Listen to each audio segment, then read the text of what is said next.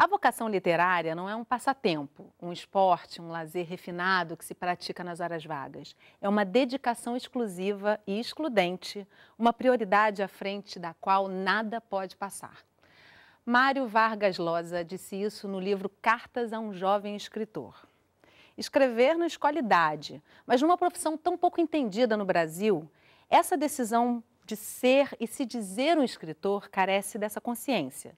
Os jovens escritores brasileiros têm uma longa travessia, desde os seus primeiros leitores, quase sempre dentro da própria família, até encontrarem seu espaço numa boa livraria.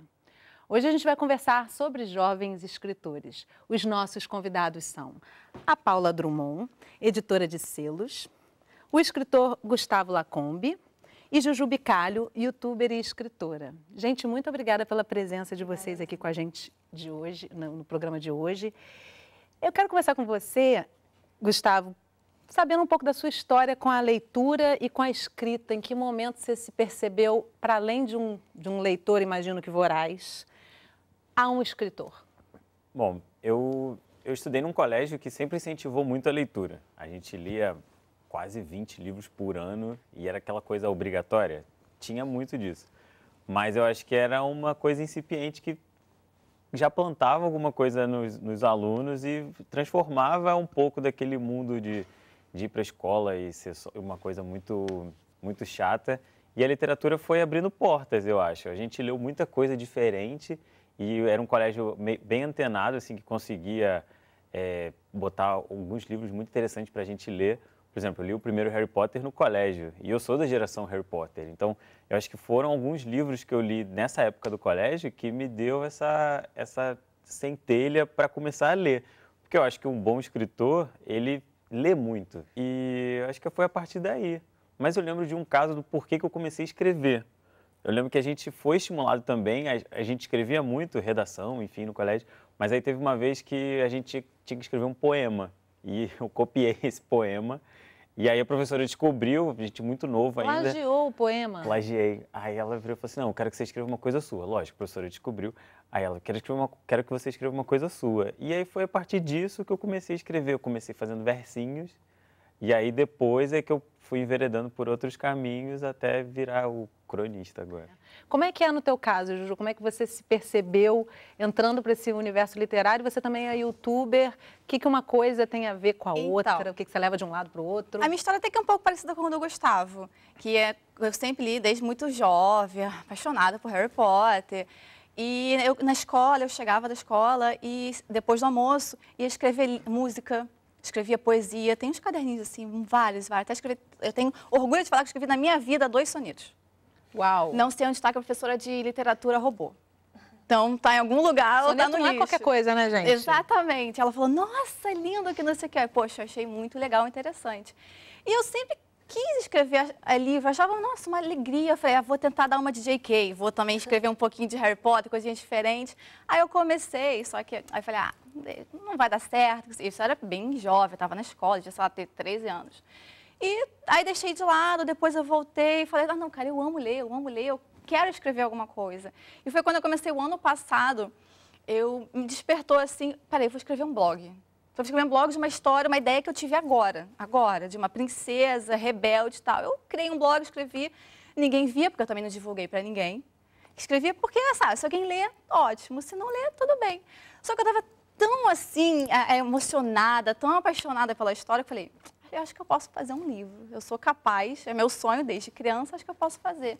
Aí eu deletei tudo na internet, né? Porque a pessoa podia ver e achar que, copiar. Eu não, pelo amor de Deus, estou começando agora, não quero cópia, não. Aí eu comecei a escrever um livro, eu falei, nossa, isso eu amo, assim. Escrevi em 2 meses, 3 meses, não parava, não parava. Como eu disse na abertura, né? Assim, você não consegue fugir disso. Não. Eu vou interromper você também, porque olha só, a gente já tem várias questões aí nessa descoberta, a questão dos blogs, a internet hoje, que muda muito esse universo. Vamos guardar.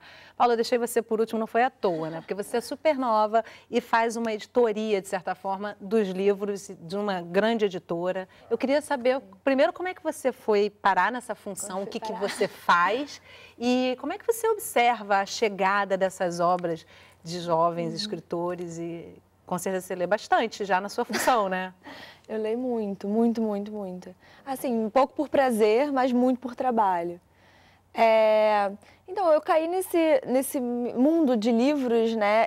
Assim como eu estava no ensino médio, fazia vestibular, né? Porque eu estava naquela comunicação, jornalismo ou direito, né? Família, direito, coisa. Isso é muito comum, essa dúvida. Mas aí, a mãe do meu melhor amigo, eu estava conversando com ela no MSN, nós somos muito próximos, e ela me falou, eu acho que você gostaria de saber o que eu faço. Eu sou editora. Eu acho que tem tudo a ver com você sempre gostou de ler. Você não quer pesquisar sobre isso? Eu comecei a pesquisar, descobri que a única universidade pública que tinha isso era a UFRJ. Falei, bem, terei que fazer comunicação na UFRJ. Quero receber para ler sem parar. Você descobriu grande, né, uma coisa que você adora fazer. Na que verdade, poder viver eu entrei disso. no curso para trabalhar com revista. Eu sempre amei revista. Eu costumo dizer que trabalhar com livro nunca foi meu sonho e se tornou um.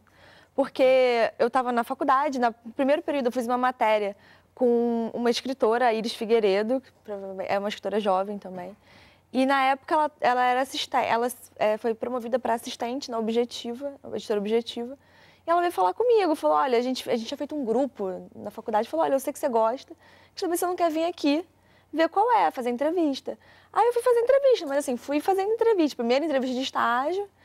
E assim, aí no fim da entrevista, meu chefe na época falou, olha, eu gostei de você. Ele nem perguntou se eu queria, ele simplesmente falou, vou ficar com você mesmo. Fiquei lá por 2 anos, eu trabalhava lá com livros adultos, trabalhei com Stephen King, foi muito incrível.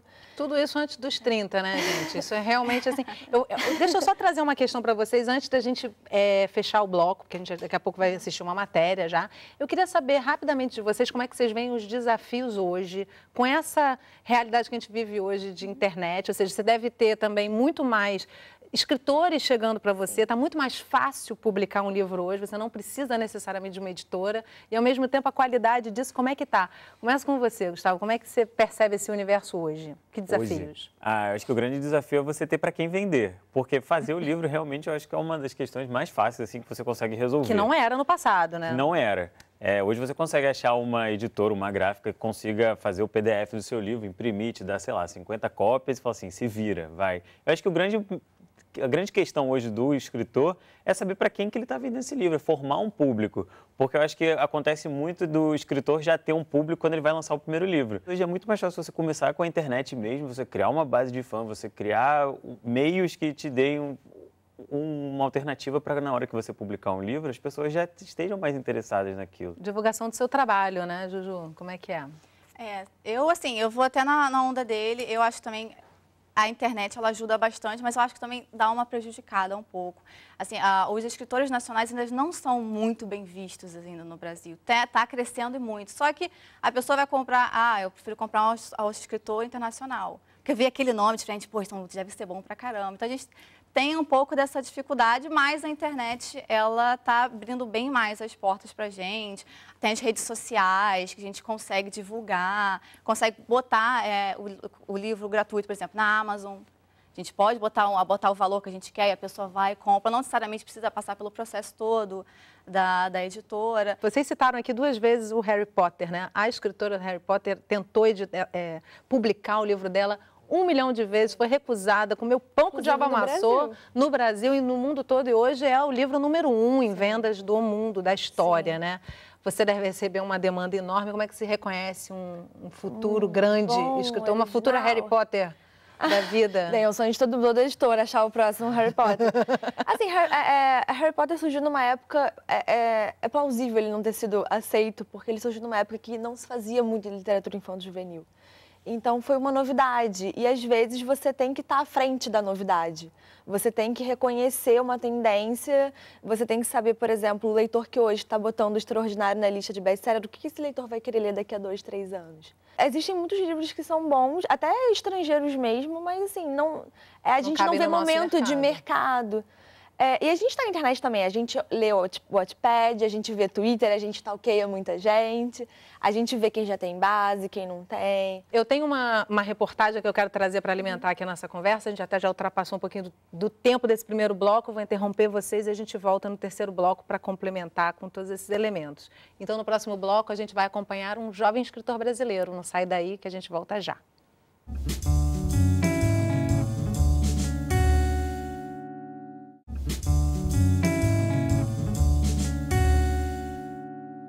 Estamos de volta conversando sobre jovens escritores. De jornalista literário a escritor, Marvil conta pra gente os desafios da profissão.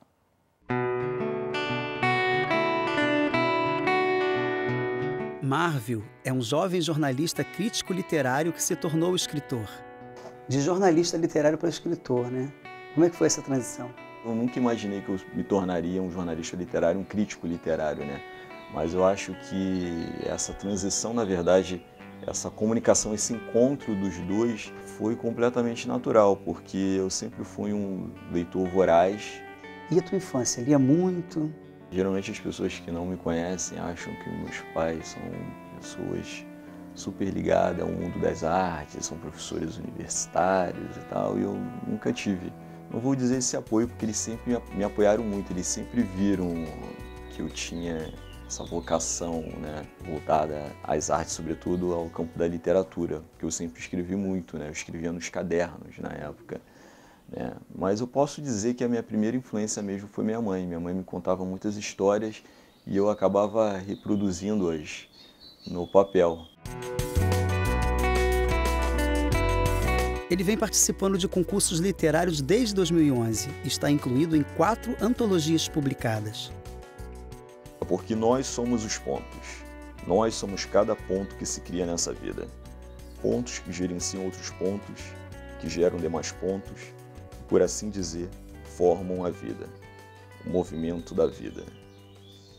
E do que se trata teu livro? Fala sobre um escritor que está tentando escrever um romance, sendo que ele acaba misturando o real e o ficcional. Essas barreiras ficam completamente diluídas e aí é o leitor que vai ter que encaixar essas peças do quebra-cabeça. E que influências você teve?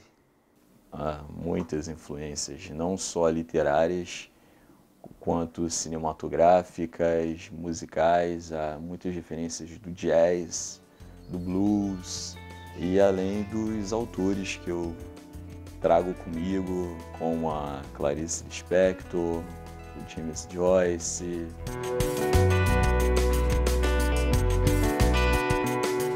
Real Gabinete Português de Leitura. Você vem sempre aqui? Além de leitor, sou um bibliófilo. Eu adoro conhecer as obras raras, as primeiras edições dos livros consagrados, dos grandes clássicos. E esse é o melhor lugar, né? Você costuma ver muitos jovens frequentando esse espaço? Não muito. Eu acredito que é um grande problema da nossa cultura brasileira ainda, que não é voltada para a questão da leitura. Acredito que muitos jovens nem conheçam. Você tem contato com outros autores jovens?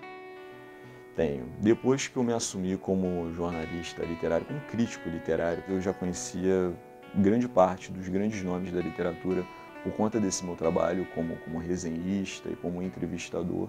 Tem algum escritor jovem que você gosta, admira? Sim. O Maurício de Almeida e o Alex Tomé. O seu livro, Solidão e Outras Companhias, foi finalista do Prêmio Rio de Janeiro de Literatura. O meu amigo me mandou uma mensagem à noite me parabenizando. Eu falei, mas como assim? O que houve? Seu nome está no jornal o Globo e tal, parabéns, cara, você está entre os finalistas no prêmio e tal. Eu demorei um dia até eu ver as minhas redes sociais, aquele monte de comentários e likes, né? Nascido na periferia do Rio, o autor fala sobre o seu círculo de amizades. Você nasceu na periferia, né? Não é muito comum a gente ver jovens na periferia sendo escritores. Eu não tenho muitos amigos aqui que são ligados ao universo da literatura.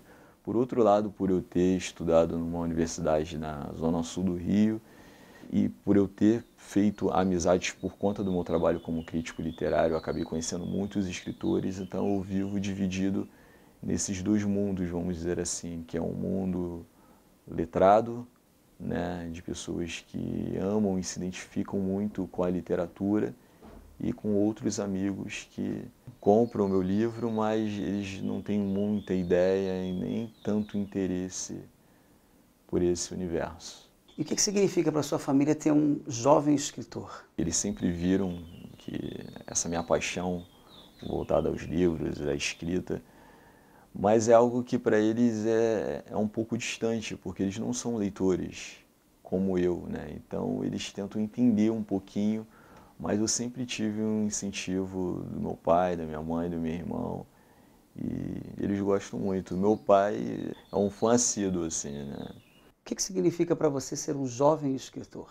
Significa que eu tenho uma longa caminhada pela frente, pretendo publicar outros livros. Eu não tenho muito essa coisa de tipo, eu quero publicar mais de 10, 15 livros, eu quero escrever livros bons.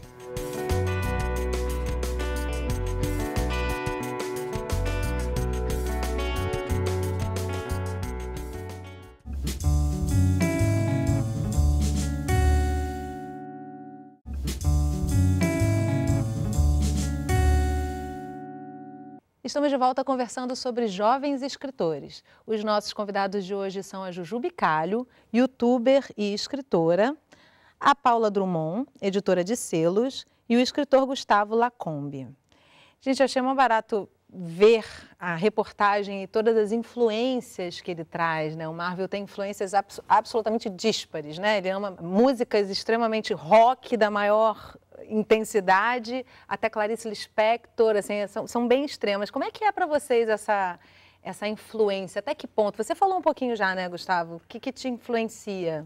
O que me influenciou muito para começar a ler e descobrir literatura realmente foi Harry Potter. E aí acho que depois você vai se abrindo para outras coisas, né? Eu vivi a fase das biografias, aí ficava lendo biografia. Aí hoje eu procuro muita literatura que realmente me prenda. Então os últimos livros que têm me prendido bastante foram os livros do Gabriel Garcia Marques, que eu virei fã, sou apaixonado. Mas ainda leio muita coisa relacionada com o que eu escrevo, né? Que é crônica. Então essa galera nova que está escrevendo... eu sempre peço os livros ou compro e aí eu tento ver o que está se produzindo sobre os temas que a gente tem sempre colocado na internet e o que eles estão tentando colocar nos livros também deles. Então, vou mostrar aqui o livro da Juju. Juju, é uma ficção, né? Sim, E que você acha que te influenciou para essa ficção e você tem esse dom, vamos dizer, de criar ficção? Como é que você sente isso? Eu não acho assim que seja um dom, eu acho que você tem que escrever o que você gosta. Eu sempre gostei de ler ficção, sempre, não me vejo lendo não ficção. Eu até posso ler, mas eu vou na parte de ficção, adoro. Eu gosto de livro para jovens, sempre achei que eu ia ser uma escritora juvenil. Por exemplo, esse livro, que é da Princesa Lara, eu pensei assim, olha, eu gosto de castelo, eu amo castelo, acho muito bacana essa vida de princesa, mas por que eu não posso criar uma princesa diferente? Tem que ser a mesma princesa de sempre, vamos criar uma princesa rebelde, que não sei o quê. Aí eu pensei, olha, vamos juntar o útil ao agradável, eu gosto de ficção, eu gosto de castelo, gosto de realeza. Pronto, é assim que eu pensei em criar meu livro e foi assim que a Lara surgiu. Surgiu, como eu tinha falado, acordei num dia, vou escrever um livro. A ideia veio, assim. Eu não acho que seja um dom, acho que você tem que, de tanto você ler, de tanto você pesquisar, acaba vindo. Agora, como é que foi a tua disciplina para publicar esse livro? Foi maravilhosa. Eu acordava, juro, eu acordava... É engraçado você falar disciplina maravilhosa, né? Porque na cabeça a gente fica assim, nossa, disciplina é uma coisa ótima para segunda. Mas quando você está com vontade, exatamente, né? Era o meu primeiro livro, não é controlável. Sabe? O meu filhinho estava nascendo, então eu sentava todo dia na cadeira, ficava horas escrevendo. Quando não via inspiração, é um saco isso, né? É muito chato.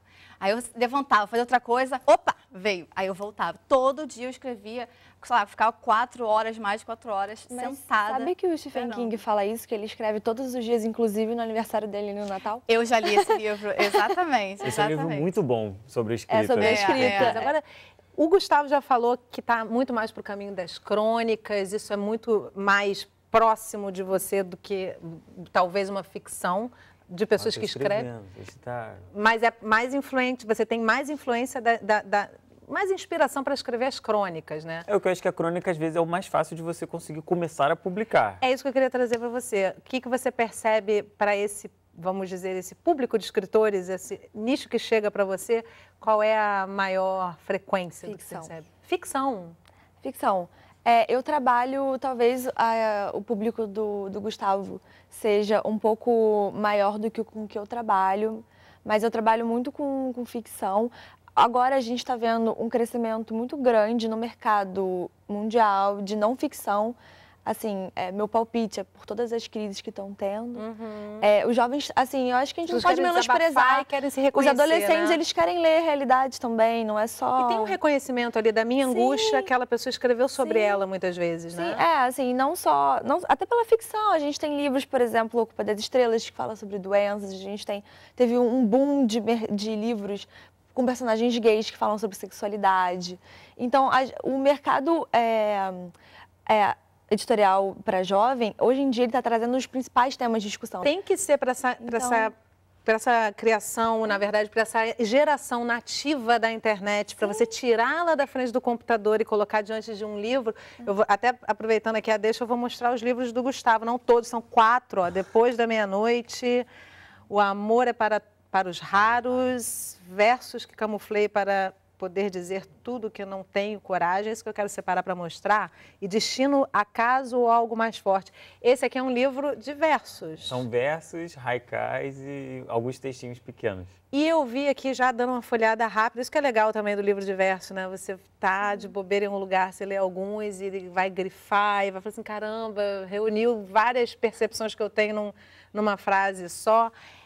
Eu percebi muita influência dessa questão cibernética, vamos dizer assim, né? Você fala muito da questão das redes sociais em alguns versos aqui. Esse foi um livro que eu quis eternizar um momento do Instagram, que foi um momento que eu me descobri um pouco mais frasista do que cronista, porque você tem que competir, né, no Instagram, para conseguir pegar a atenção de um jovem que está dentro de um aplicativo, você está competindo com um blogueiro fitness, está competindo com um prato de comida, viagem, e fazer a pessoa ler um texto, às vezes você tem que pensar muito bem na frase que você vai colocar para poder já captar a atenção da pessoa ali e ela partir para o texto. Então, eu me trabalhei muito para virar um frasista, que é uma coisa que eu acho que eu não sou ainda. Eu prefiro desenvolver um tema num texto do que condensar tudo numa frase. Mas isso acho que é um diferencial, né, Paula, assim, do livro para a internet. Você vai chegar no Twitter e você vai ter um universo de falsas frases, de falsas colocações. E no livro você tem aquela seleção, assim, né? Ou seja, até um livro sobre as melhores do Twitter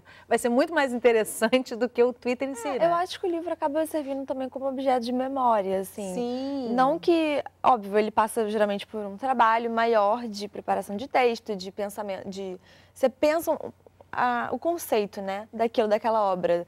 Uma edição, ela tem um conceito por trás dela. A internet é tudo muito fugaz. Exatamente. E o livro, ele acaba servindo como quase tipo uma época da enciclopédia. O que a história vai registrar da internet? É muita informação, né? Muita informação. E a crítica, gente? Como é que vocês lidam com a crítica? Porque a crítica é má, né? Gente, como vocês lidam com a crítica?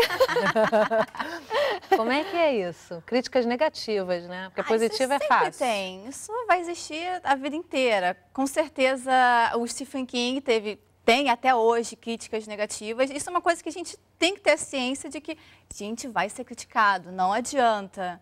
Tem gente que fala que esse povo que escreve para a internet, isso não é literatura. Aí você fica, sempre começou assim, né, gente? Exatamente. O problema um dia foi a televisão, depois virou o computador, depois livro vai ser... para jovem é fútil, livro para jovem não é para pensar. Eu acho que isso foi uma coisa que eu mudei muito minha cabeça. Eu falei assim, cara, quem tem que julgar se o livro é relevante ou não é o leitor. Não é eu olhar o livro e falar assim, esse livro não presta. Eu falei, gente, isso e os primeiros leitores são a família, necessariamente? Vocês mostraram primeiro... A primeira foi minha mãe. Eu escrevendo... Eu terminei de escrever, aí mandei pra minha mãe. Aí ela viu, gostou. Ela falou assim, não é porque eu sou sua mãe, não. Fez alguma crítica? Mas eu gostei. Vírgula negativa, construtiva? Não, ela falou assim, gostei muito da história, isso aqui você escreve bem, e assim, não... Falou bem. Isso é super importante, né, esse uma coisa impulso. bem bacana. A Juju, ela é de uma editora que a criadora da editora, ela criou a editora para publicar os livros da filha. Eu acho essa história sensacional. Sim. Porque ela pensou, poxa, se minha filha escreve bem e ela não tem uma oportunidade, tudo, e eu acho que ela merece uma oportunidade, eu vou criar uma editora. E foi assim. Eu, graças a Deus, assim, eu tive apoio da família em vários momentos diferentes, mas ainda assim, visto com muita desconfiança, que a pessoa vira e fala, você vai ser escritor. Tem um preconceito? Tem bastante. Estigma, né? Porque, querendo ou não, acho que nossos pais ficam pensando, o que ele vai fazer? Ele pensa no futuro. É que o mercado no Brasil ainda não é suficientemente tranquilizador, né, Paula? Não, assim, o mercado no Brasil, ele está passando, como a maioria dos mercados, assim, está passando por um momento difícil. Mas assim, a gente até tem um bom número de jovens lendo. Os jovens brasileiros, eles procuram a literatura. Né?